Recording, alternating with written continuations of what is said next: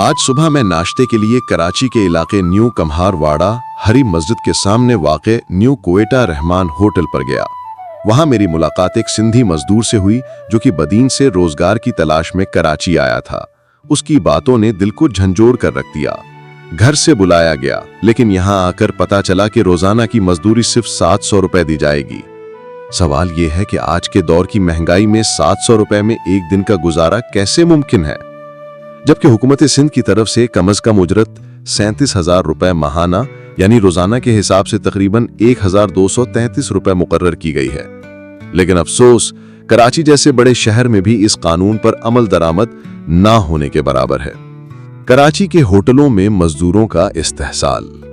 New कोएटा Rahman hotel कोई अकेला वाकया नहीं। यहाँ और इस जैसे कई होटलों में दूर दराज इलाकों से आए मासूम सिंधी मजदूरों को सस्ते दामों रखा जाता है। खासतौर पर थर, बदीन, दादू जैसे पसमानदा इलाकों से आए अफराद, जबान से नावाकिफ और शहर के तौर तरीकों से नाबलद, ये लोग आसान शिकार बन जाते हैं। इनसे गुलामों जैसा सलूक किया जाता है।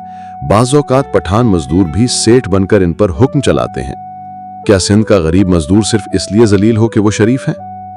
ये जुल्म कब तक, ये खामोशी क्यों? हुकूमत सिंध को जवाब देना होगा। कम अज कम उजरत का ऐलान काफी नहीं, अमल दरामद जरूरी है। लेबर डिपार्टमेंट को मुतहरिक किया जाए।